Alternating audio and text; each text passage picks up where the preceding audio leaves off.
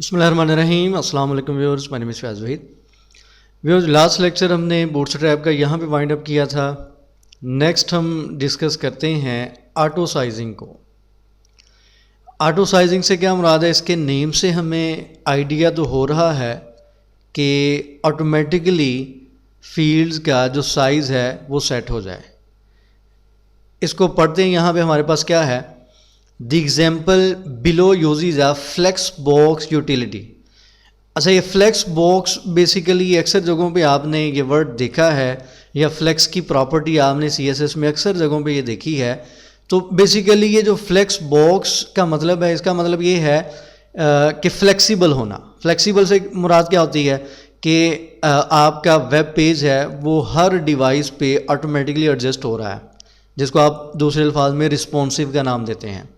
तो basically flex box से मुराद यही है कि आपका जो व्यू है वो डिवाइसेस की विड्थ के अकॉर्डिंग क्या हो रहा है, चेंज हो जाता है, एडजस्ट हो जाता है ऑटोमेटिकली।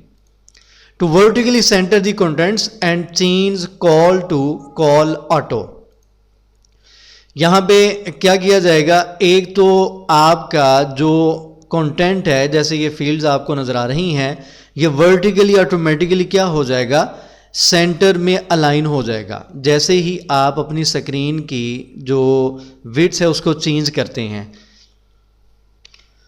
कॉल ऑटो की क्लास यहाँ पे यूज़ की गई है। ये बेसिकली क्या करेगी, आपकी जितनी भी इनपुट फील्ड्स हैं उनका जो साइज़ है ऑटोमेटिकली उसको सेट कर देगी, जो भी आप स्क्रीन यूज़ कर रहे होंगे उसके according, so that your columns only take up as much as space as needed. इससे क्या मुराद है? इससे मुराद ये है कि आपके कॉलम को जितनी स्पेस की ज़रूरत होगी उतनी ही स्पेस वो लेगा। ठीक है, यानी कि ये वाली जो इनपुट फील्ड है, यहाँ पे आपने नेम एंटर करना है, इसको जितनी स्पेस की ज़रूरत है इसको उतनी ही स्पेस एलोकेट ऑटोमेटिकली की जाएगी। और इसी तरीके से ये इनपुट फील्ड है, या ये चेक बॉक्स है, ये बटन है, ये सारे ऑटोमेटिकली क्या हो जाएंगे, उनका साइज जो है वो ऑटोमेटिकली सेट हो जाएगा। Put another way, the column size is itself based on the contents. दूसरा वो कह रहा है आपकी अपनी मर्जी है कि आप अपनी मर्जी से भी इन कॉलम्स का साइज सेट कर सकते हैं इनके कंटेंट की बेस पे, कि आप इसमें जो नेम एंटर करवाना चाह रहे हैं आप उसके लिए कितने कैरेक्टर अलाउ करना चाहते हैं एंड सो ऑन। ये हमारे पास कोड है जी, इसको यहाँ से कॉपी करके पेस्ट करते हैं। ये मैंने पेस्ट कर लिया है। इसको जैसे ही ब्राउज़र में हम देखते हैं तो हमारे पास आउटपुट यहाँ पे कुछ इस तरीके से आएगी कि हमारे पास जो इनपुट फील्ड्स हैं वो ऑटोमेटिकली उनका जो साइज़ है वो सेट हो के आएगा। ये देखें, अब यहाँ पे फॉर एग्जांपल मैं नेम राइट करता हूँ। अब नेम की फील्ड है तो नॉर्मली उसको इतनी स्पेस की ज़रूरत है, उसको उतनी स्पेस एलोकेट कर दी गई। यूज़र नेम है, उसको कितनी स्पेस की ज़रूरत है, उसको उतनी ही स्पेस एलोकेट कर दी गई। या रिमेंबर मी और चेक बॉक्स है, इसको कितनी स्पेस चाहिए थी उतनी स्पेस इसको मिल गई है। इसी तरीके से सबमिट का बटन है। अच्छा जी, कोड की तरफ आते हैं तो देखा जाए यहाँ पे हमारे पास फॉर्म का टैग यूज़ किया गया है। फॉर्म के टैग के बाद यहाँ पे क्लास यूज़ की गई है फॉर्म रो की, और उसके बाद अलाइन आइटम्स सेंटर। ठीक है, इससे क्या होगा, आपकी जो इनपुट फील्ड्स हैं या जितने भी एलिमेंट्स हैं या जितनी भी आइटम्स हैं वो अलाइन सेंटर हो जाएंगी। उसके बाद नेक्स्ट अगर देखा जाए तो यहाँ पे उसने एक डिव यूज़ की है, उसके ऊपर क्लास यूज़ की है कॉल ऑटो के नाम से। इसी तरीके से सेकंड डिव यूज़ की है, उसके ऊपर क्लास है कॉल ऑटो के नाम से। थर्ड डिव है, उसके ऊपर क्लास है कॉल ऑटो, और फोर्थ वन है उसके ऊपर भी क्लास यूज़ की गई है कॉल ऑटो के नाम से। अब कॉल ऑटो से यहाँ पे क्या मुराद है? बेसिकली कॉल ऑटो के वर्ड से पता चल रहा है कि जो कॉलम की विड्थ है या जो कॉलम है उसका जो साइज ऑटोमेटिकली यहाँ पे सेट हो रहा है। ठीक है, कॉल ऑटो से मुराद है कॉलम का साइज ऑटोमेटिकली सेट होना। तो इस वजह से यहाँ पे क्लास यूज़ की गई है कॉल ऑटो की। उसके बाद यहाँ पे लेबल यूज़ किया गया है, लेबल पे क्लास यूज़ की गई SR ओनली के नाम से। फॉर का एट्रीब्यूट यूज़ किया गया और यहाँ पे लेबल दे दिया गया नेम। लेकिन यहाँ पे आउटपुट में देखें तो आपको नेम का यहाँ पे लेबल नज़र नहीं आ रहा। ये मैं पहले काफ़ी दफ़ा डिस्कस कर चुका हूँ कि अगर तो यहाँ पे SR ओनली की क्लास यूज़ करते हैं और हम यहाँ पे यूज़र को लेबल शो नहीं करवा रहे लेकिन लेबल मौजूद है और यहाँ पे इनपुट फील्ड के साथ वो वर्क कर रहा है, तो उसके लिए हम ये इस तरीके से ऐसा ओनली क्लास यूज कर लेते हैं। उसके बाद input type is equal to text है, class is equal to form control की क्लास यूज की गई है और यहाँ पे MB2 के नाम से क्लास यूज की गई है, आईडी यूज की गई और प्लेस होल्डर यहाँ पे दे दिया गया है। इस तरीके से ये फर्स्ट इनपुट फील्ड हमारे पास बन गई। इसी तरीके से सेकंड इनपुट फील्ड की अगर बात की जाए, ये उसने दोबारा से कॉल ऑटो की यहाँ पे क्लास यूज की, लेबल यूजर नेम दिया और उसके अंदर उसने क्या किया है, div class is equal to input group. यहां पे एक नई क्लास यूज की गई बेसिकली इनपुट ग्रुप की। उसकी वजह यह है कि इस इनपुट फील्ड में ये आपको दो चीजें नजर आ रही हैं। एक यहां पे आपको @ का साइन ये नजर आ रहा है और सेकंड आपको इनपुट फील्ड यहां पे नजर आ रही। इस वजह से उसने यहां पे इनपुट ग्रुप की क्लास यूज की है और उसके बाद उसने input class is equal to input group prepend के नाम से क्लास यूज की गई। बेसिकली ये स्टाइलिंग के लिए यूज की जाती हैं क्लासेस। इसी तरीके से इनपुट ग्रुप टेक्स्ट है, इनकी स्टाइलिंग हम अभी चेक कर लेते हैं। उसके अंदर उसने @ का साइन प्लेस कर दिया, ठीक है। ये इनपुट ग्रुप की क्लास है, इसके अंदर दो चीजें हैं, एक @ का साइन है, उसकी डिव ये है, सेकंड इनपुट फील्ड है और आपको यहां पे यूजर नेम इनपुट फील्ड इस तरीके से नजर आ रही, ठीक है। Input type is equal to text, class is equal to form control, ID place holder, ये इनपुट फील्ड है और ये @ का साइन उसको स्टाइल करने के लिए बेसिकली उसने यहां पे ये दो क्लासेस यूज की हैं। चलें देख लेते हैं यहां पे इन क्लासेस का मकसद क्या है। अगर इंस्पेक्ट एलिमेंट करके देखते हैं तो ये इनपुट ग्रुप की क्लास है। सबसे पहले इनपुट ग्रुप में उसने पोजीशन रिलेटिव दी है, display flex, flex wrap, align items, width, general जो उसने प्रॉपर्टी यूज कर ली है, ठीक है। उसके बाद हम चलते हैं यहां पे इनपुट ग्रुप प्रीपेंड के नाम से क्लास है, उस पर जस्ट उसने मार्जिन राइट यूज किया है -1 पिक्सल, ये देखें, ठीक है। जो राइट साइड पे एक बॉर्डर था उसको हाइड करने के लिए उसने मार्जिन राइट यूज किया है। इस क्लास पे जस्ट ये स्टाइलिंग है और मेन स्टाइलिंग उसने यूज की है इनपुट ग्रुप टेक्स्ट की क्लास पे। ये जो आपको यहां पे @ का साइन एक प्रॉपर स्टाइलिंग के साथ नजर आ रहा है, वो बेसिकली यहां पे स्टाइलिंग सारी की गई है। ये देखें जितनी भी प्रॉपर्टीज हैं यहां पे आप देख सकते हैं, इसका कलर यूज किया है, बैकग्राउंड कलर यूज किया है और रेडियस एंड सो ऑन, जितनी भी चीजें हैं वो सारी की सारी इनपुट ग्रुप टेक्स्ट की क्लास पे उसने यूज की हैं। नेक्स्ट चलते हैं। नेक्स्ट उसने दोबारा से div class is equal to col auto के नाम से यूज की है। div class is equal to form check, ठीक है, चेक बॉक्स है, इस वजह से उसने यहां पे क्लास यूज की है फॉर्म चेक की और इस तरीके से उसने एक चेक बॉक्स और यहां पे वैल्यू दे दी है, यानी कि लेबल दे दिया है रिमेंबर मी के नाम से, यहां पे उसने डिस्प्ले करवा दिया है। उसके बाद लास्ट वन बटन है, button type is equal to submit है, class is equal to button, button primary and so on. ये नॉर्मल फॉर्म वही है जो हम पहले डिस्कस करते आए हैं। यहाँ पे ये 2-3 नई क्लासेस थी वो मैंने आपको बता दी हैं और आपके सामने इस तरीके से ये फॉर्म नज़र आ रहा है। अगर तो देखें मैं यहाँ पे स्क्रीन को चेंज करता हूँ तो ये देखें हमारा जो कंटेंट है वो ऑटोमेटिकली क्या कर रहा है, वर्टिकली अलाइन हो रहा है, ठीक है। वर्टिकली सारे का सारा जो फॉर्म है उसकी आइटम्स हैं वर्टिकली अलाइन हो गई हैं कॉल ऑटो की क्लास को यूज करते हुए। चलें हम एक और काम करते हैं, यहां पे कॉल ऑटो की क्लास पे आते हैं और चेक करते हैं कि जी कॉल ऑटो की क्लास क्या कर रही है।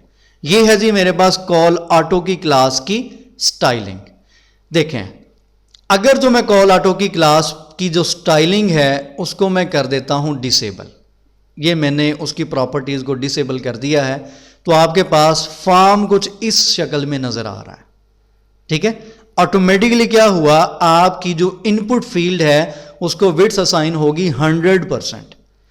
इससे क्या होगा, इससे ये होगा कि अगर तो आपने यहां पे नेम एंटर करना है मैक्सिमम 15 कैरेक्टर्स का, तो बाकी की स्पेस का क्या काम है, मतलब ये कि वो वेस्ट है। इस तरीके से आपने यूजर नेम एंटर करना है, फर्ज करें 25 कैरेक्टर्स का, बाकी की स्पेस का क्या करना है।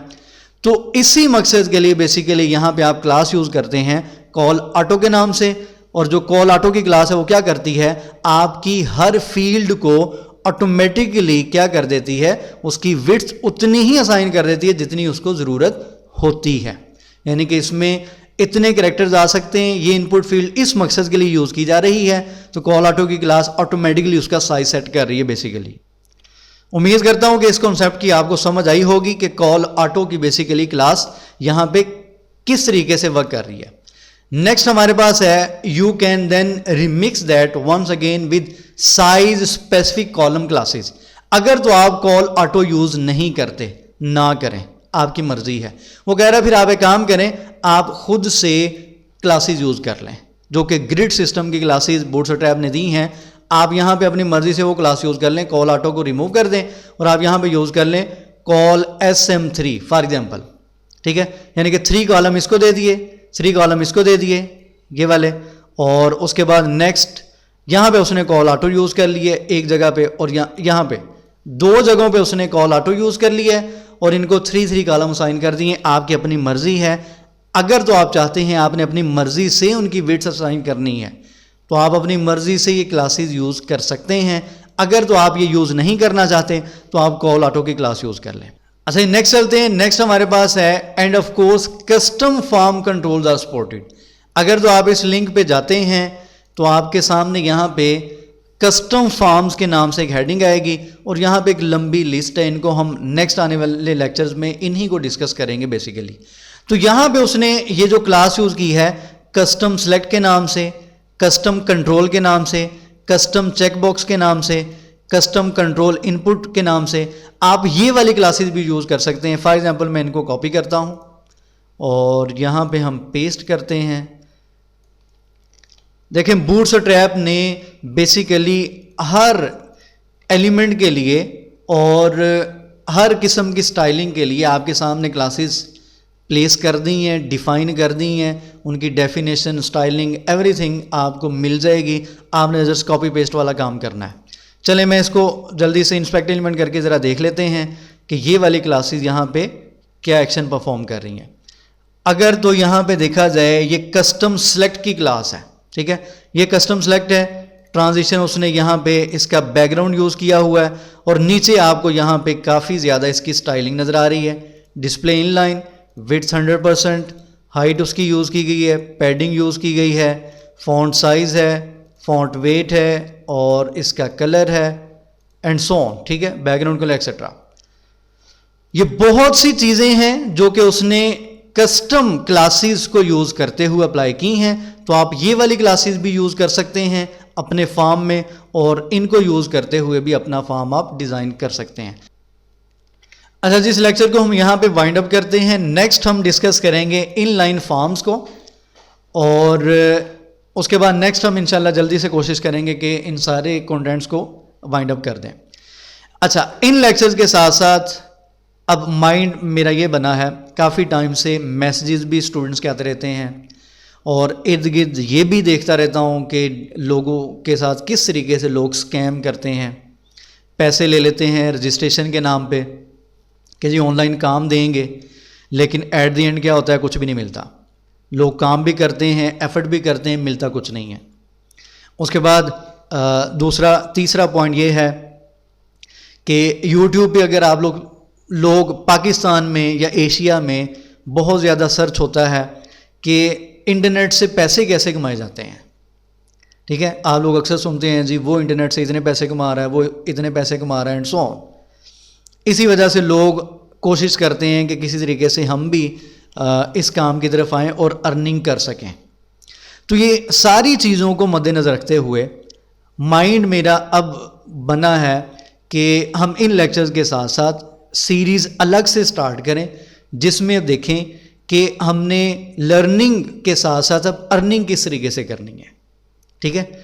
हमने अब अर्निंग किस तरीके से करनी है, काम कौन सा हम चूज़ करें, उसको किस तरीके से प्रैक्टिकली लोगों के सामने लेके जाएं और वहाँ से हम अर्निंग कर सकें। तो इंशाल्लाह मेरी पूरी कोशिश होगी कि इसी वीक में हम ये इन लेक्चर्स के साथ साथ ये वाला काम भी स्टार्ट करेंगे और इंशाल्लाह मुझे पूरी उम्मीद है कि उन लेक्चर से या उन सीरीज़ से आप लोगों को बहुत ज़्यादा फ़ायदा होगा। इंशाल्लाह आप लोग बहुत ज़्यादा सीखेंगे और बहुत से लोग हैं जो कि अभी तक इसी कश्मकश में हैं कि जी मैंने वेब पेज बनाना सीख लिया है या मैंने वेबसाइट बनानी सीख ली है या मैं यूट्यूब चैनल बना के बैठा हूँ या फाइवर पे अकाउंट बना हुआ है, अपवर्क पे अकाउंट बना हुआ है, लेकिन पैसे कैसे कमाने ये नहीं पता।